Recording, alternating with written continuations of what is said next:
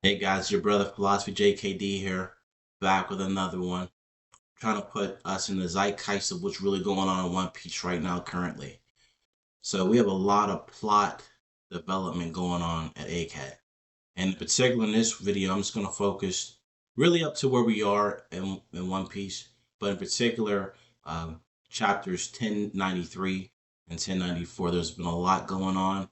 Some of it's subtle, some of it is right in your face when you look at certain things. But when you basically look at a power scaling, like, everybody wants to know how strong are you, like a Dragon Ball Z mentality, how strong are you?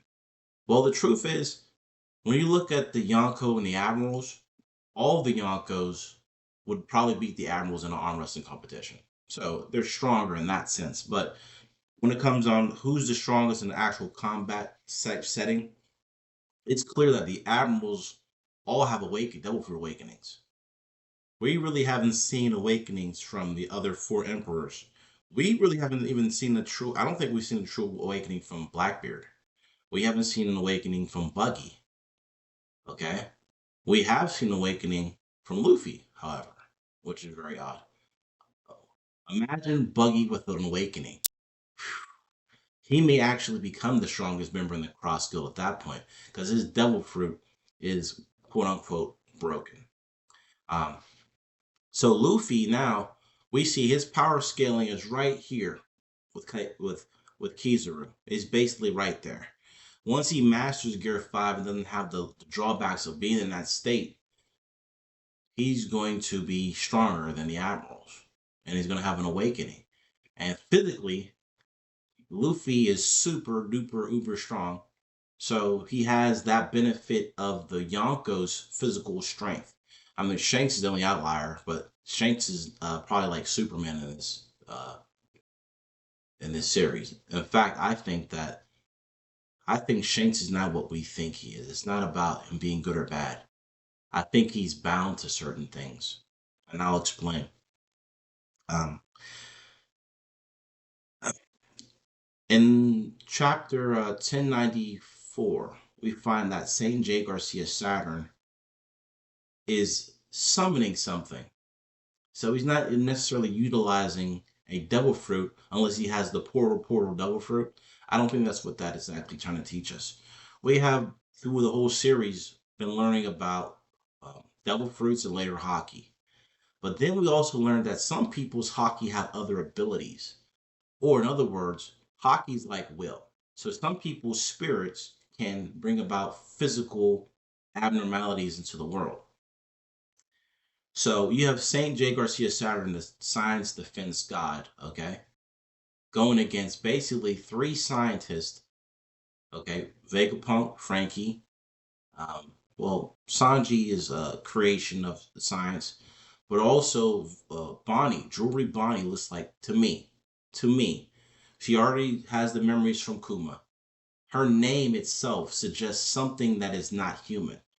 Jewelry refers to a jewel, and Bonnie refers to a beautiful jewel, which is very interesting because when asked about the life on like Lelouchia, the attitude was people are expendable commodities that could just be brought up or brought down based on the needs of the aristocracy or the people that are very powerful.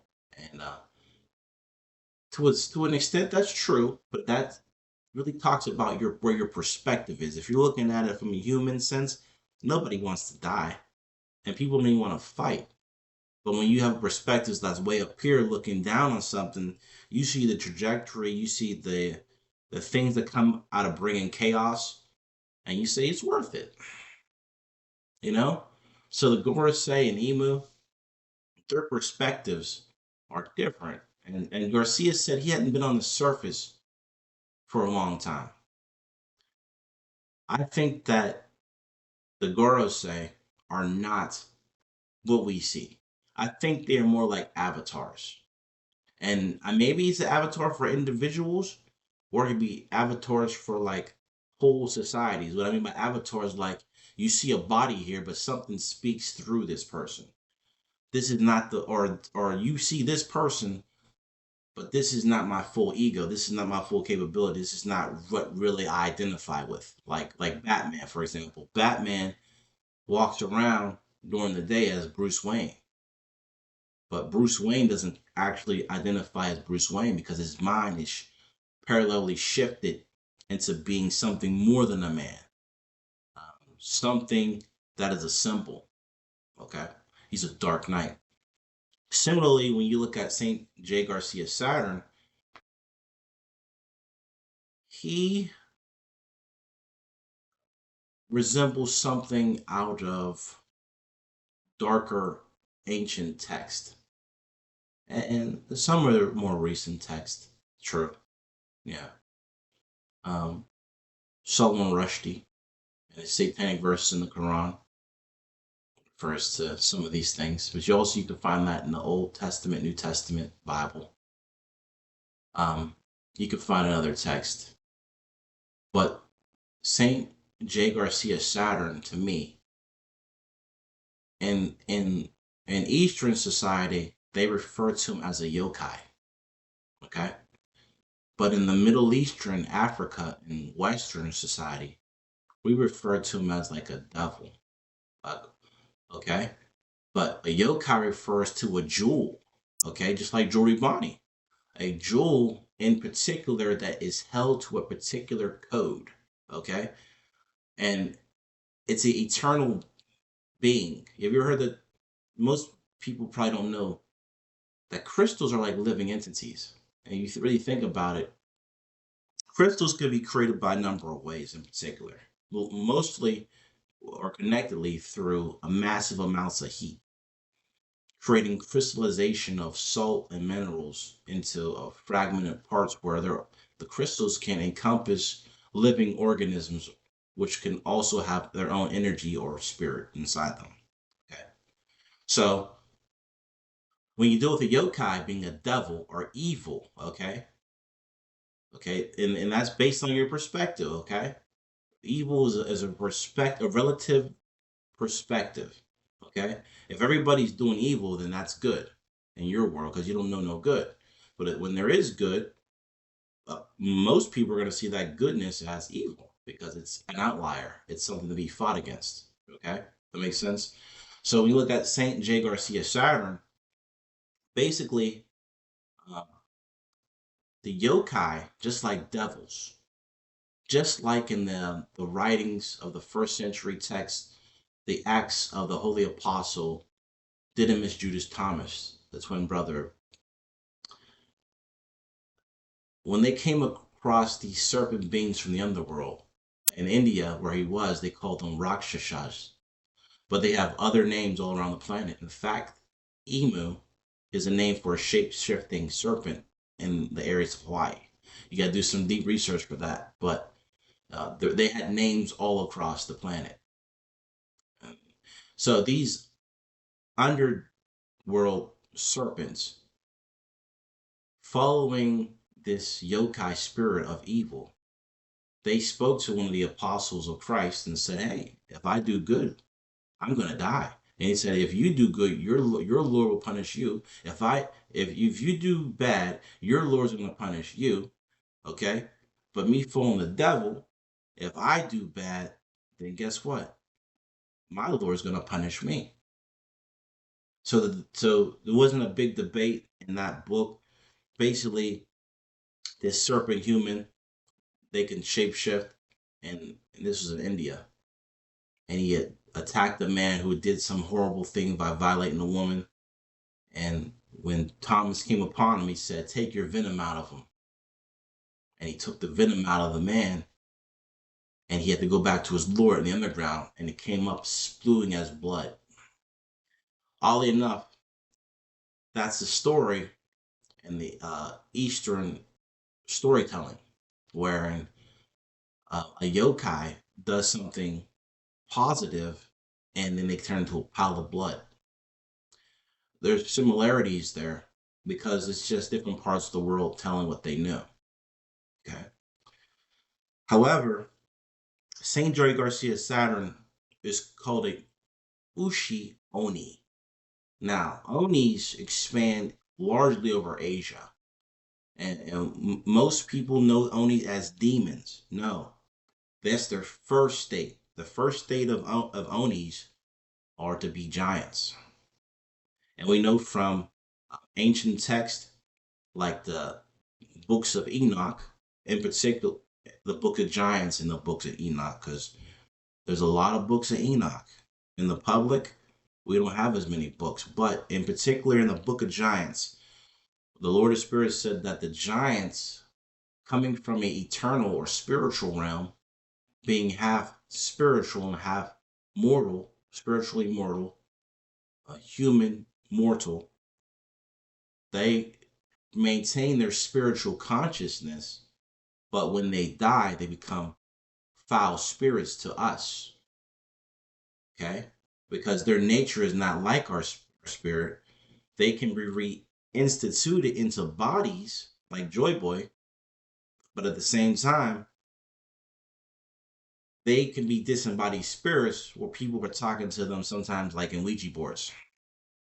And they don't have positive feelings about us because we were, if you think about it, their history with humanity was we were a suppressing force to their ambitions, their desires, which were really unquenchable by our standards. We didn't have a food that could meet their needs, you know?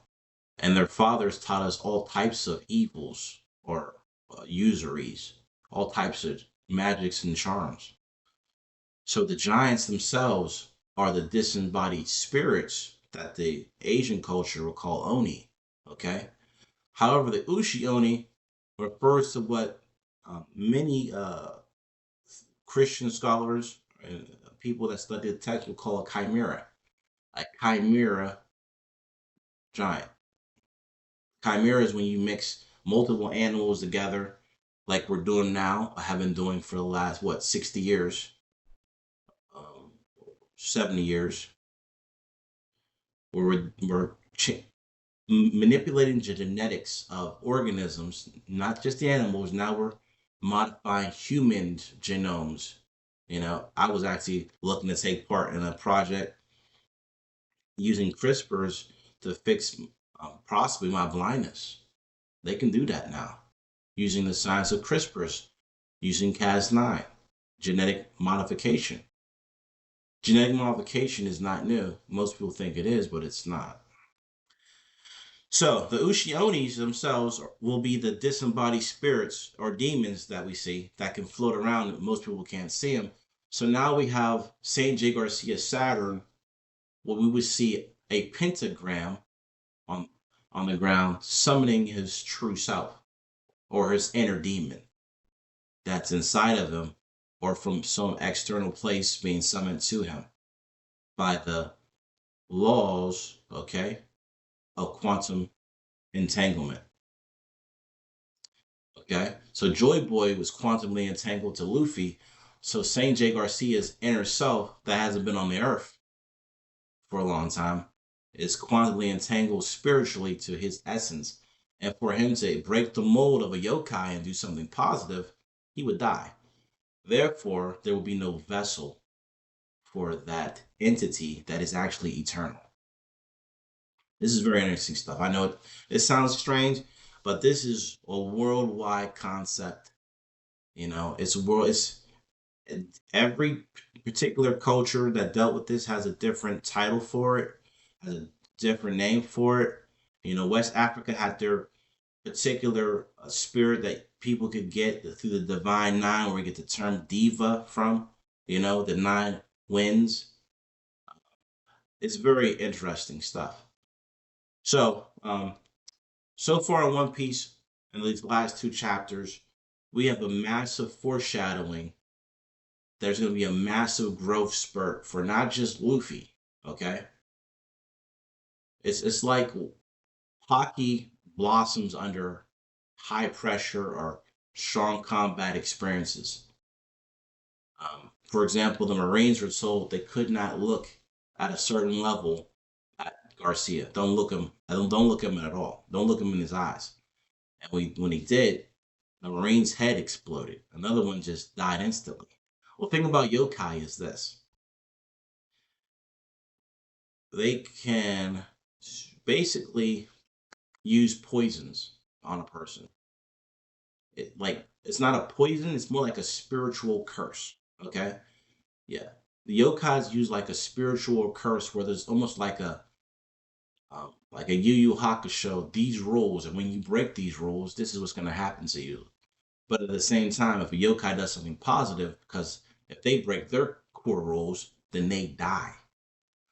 In return, chimeras not being of a actual singular natural animal that we would say natural animal, they're known to be closely associated to poisonous animals. So that's where the poison really comes in. The other one's more like a spiritual curse, something that can follow a person the rest of their life. You know, poisons in particular can be potentially neutralized. You know, the poison of a scorpion can be medicine, but it can be medicine for like things like maybe cancer or other infirmities, but it's a poison that will kill you. You know, spider's venom um, can make you very sick or kill you, which is very interesting. At God Valley, this is like up till now. Okay, we know that Roger Goldie Roger was poisoned. When did that happen?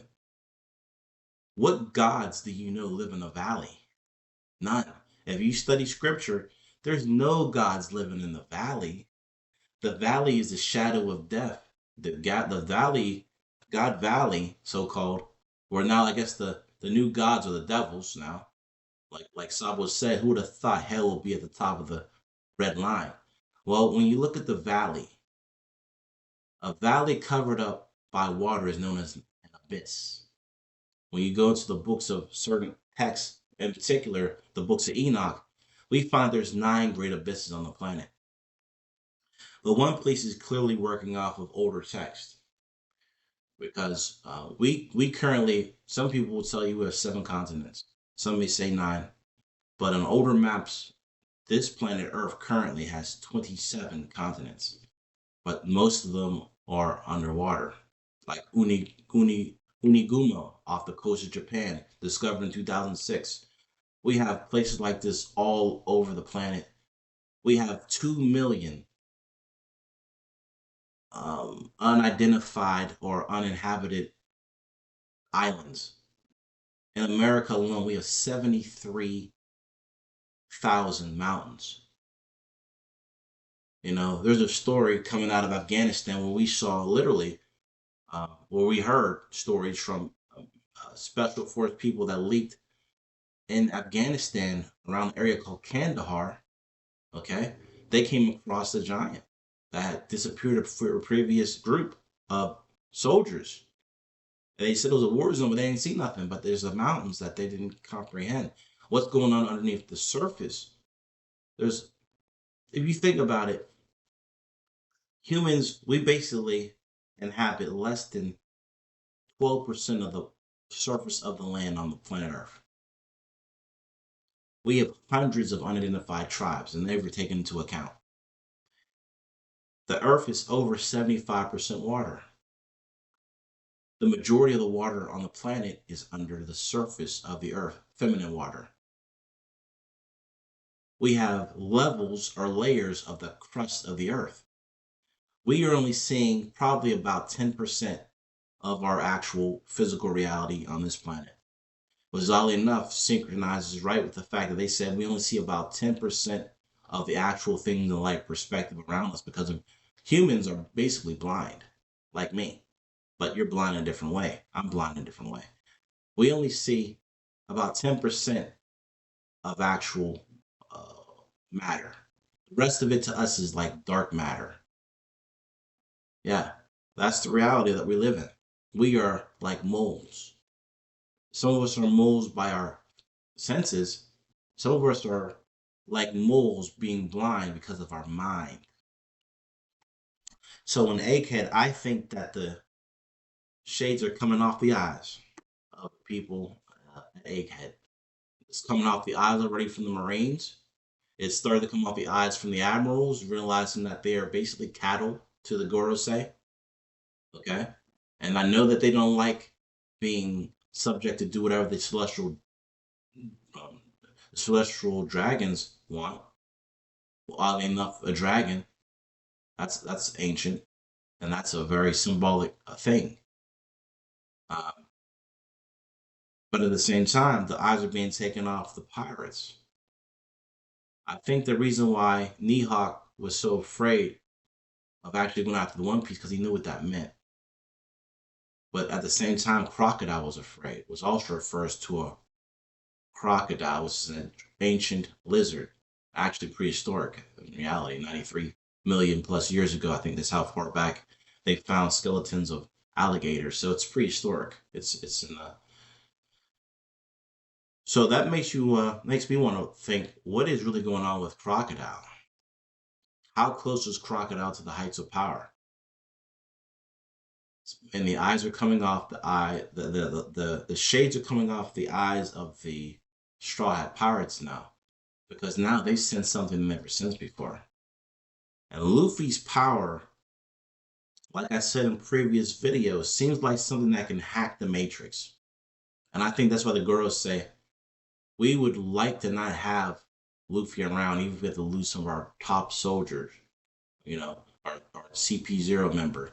If we sacrifice one of our agents and we incur the wrath, the full wrath of Kaido, who also got his devil fruit from God Valley.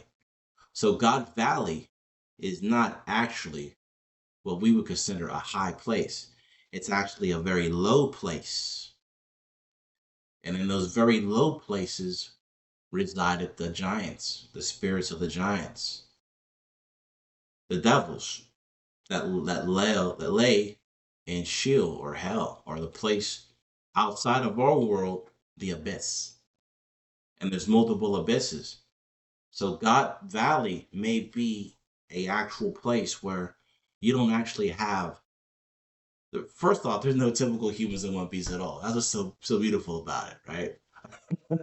Everybody's so in their own mold, kind of. You got their own long leg tribe, long arm tribe. There's a big nose tribe. You got giants. You got other type of giants. You got normal people that basically are over 9 feet tall. That's how big Goliath was. The Kandahar giant was measured at 13.5 feet with 6 fingers and 6 toes on each foot, just like the giants in the Old Testament, Goliath and his brothers. So, God Valley may be a place where the actual genetics of those people are naturally attuned to the higher spirits that you see in One Piece, where and Hawkeye Mihawk has a double iris. The beautiful pirate's leader has interesting eyes when he goes into his little trance state. I'm talking about Cavendish. When Cavendish goes into his killer mode, where he's like a master swordsman and can just beat everybody in a flash, he gets that double eye. Um, I think that Zoro's going there. If he has to truly be the king of hell, I think that part of Zoro's who he is, okay, has to have some type of higher spiritual link. Just like Luffy, kind of based on what he did, what he believed, and who he really was at his core, in his heart. I think that's what drew the awakening of the Gum Gum fruit to become Sun God Nika God fruit. With that said, I believe that losing an arm for Shanks now comes into a different light. What if there are devils and gods, okay, that by their very nature may be split in such a way, or maybe Shanks necessarily isn't necessarily a good person who seeks to do good. That's what he has to do based on the calling from his basically uh, bounded genetic code to do protect his friends, to not care about small incursions, but focus on keeping order and sustaining things. Just like the yokai have to avoid doing good things. Maybe Shanks is the exact opposite, but at the same time, when you look at certain texts, good and evil have times when they actually work together. You know, there's a negatives, a positives, a neutral. There's a time for neutrality. There's a time for negative. There's a time for positive. There's a time to shift a person's consciousness. You know, so Egghead is very interesting. I think the Vegapunks will all be brought back. So I can kind of see it now. I wasn't sure. I thought that the Vegapunks would all come back. But based on the fact that Jory Bonnie has knowledge of the yokai, and she basically stabbed him through his heart, I think she knows something about the jewel. Or how you say, it's called the solar plex chakra. She stabbed him through his heart and blood came out. We may have seen the last of Sandra Garcia Saturn. Well, maybe not, but either way, she knows something about them. She is respected or valued amongst the Gorosei, unlike other human beings. Even more so, I would say, than the Celestial Dragon. So there's something special about Jory Bonnie, and I think it's hidden in her name. Just as it is with other people, whether you use numerology or you just go to the vocabulary and find out what those things mean. I think that Saturn either is going to be ransomed out or Saturn is going to die in Egghead. And that will boost everybody's bounty astronomically. And then what happens there? There has to, if he's immortal, he has to have a new vessel. But then the cat's kind of out of the bag, especially when the Marines know that Saint Garcia Saturn was there. So now, in response to that, do the Marines become expendable? They need to keep them quiet about the true nature of the Gorosei, the fact that they are not by any devil fruit means, but by their very nature are immortal spirits that exist in the world already. Probably existed before the earth in reality, you know, as above, so below. So hey guys, this is what I thought so far about One Piece, in particular chapters 1094 and 1093. Things, like I said, they're gonna be heating up, you know. And when we pay attention to a thing and we learn about a thing, it brings taste, color, all these different flavors, you know, to it. And it makes it more exciting as you look into it and see what type of masterwork are we really looking at here. We're basically looking at Shakespeare in English, normal words. You know, Shakespearean works were great works, you know. The work coming from the ancient councils like the Council of Antioch, Council of Nicaea, and so forth were masterful works and that they encapsulate much of the information. One Piece is like, I don't want to say this better, but what are they leaving out, man? One Piece has science in it. One Piece has magic. One Piece is utilizing possibly ancient grimoires. You know, One Piece is utilizing mythology from around the earth. Except they haven't gone too deep into the lion. You know, the lion ward against the dragon. Is that Shiki? Does Shiki have something to give to Luffy? He's none of the ape. The ape has a mythological links to Hanuman or Sun Wukong. Okay, um, we've touched into the belief of binding oneself to their weapon through the practice of Bushido and Wano.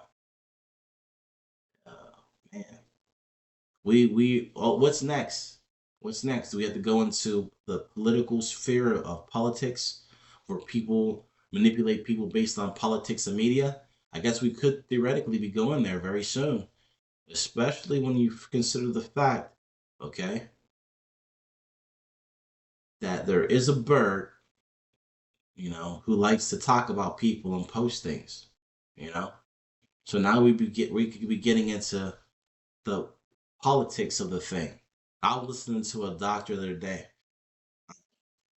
He was looking at this so-called election fraud.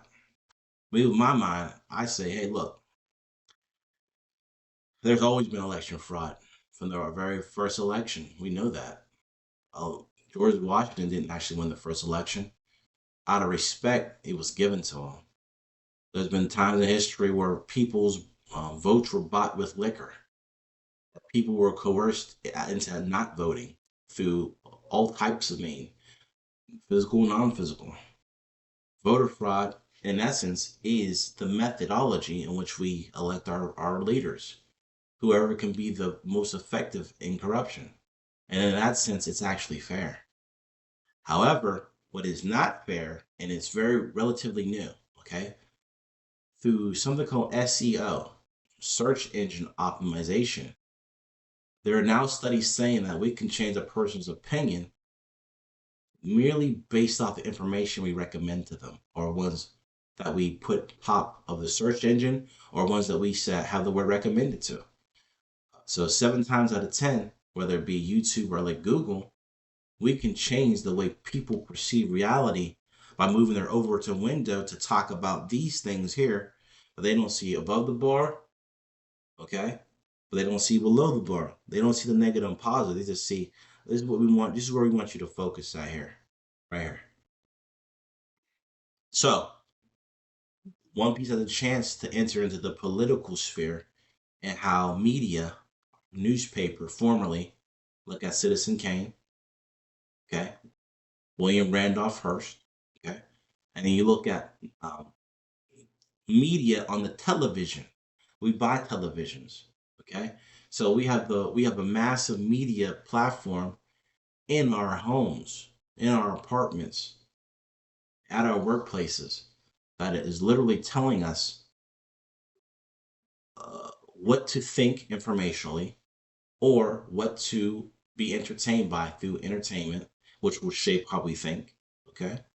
Or they're trying to persuade us, like through like a YouTube video, but on television through a documentary or through an interview, they're trying to persuade us. So these are the three forms of moving a person's mind: information, okay, persuasion, okay, entertainment. So that's the only thing missing to really delve deeper into it, but we're kind of seeing it now. We're kind of seeing it now. So guys, let me know what you thought. I'm gonna try to keep this run relatively medium length now that I've gotten started. I'm gonna have my videos be just a tad bit longer if you can handle it. Maybe we'll go on for a couple hours because I could talk about this for a long time. I didn't want to delve too deep into it. But if you have comments on anything, yeah, drop a message, or you know how to else to reach me. I do see some of the people's messages, you know, that have been sent to me personally, and I try to address them a little bit. One Piece, wow, I can't wait. No bye week. Let's go. Got 2 more days left, until the spoilers come out. I like to wait for the officials because in language, when you speak multiple languages, those of you who know, things get lost in translation.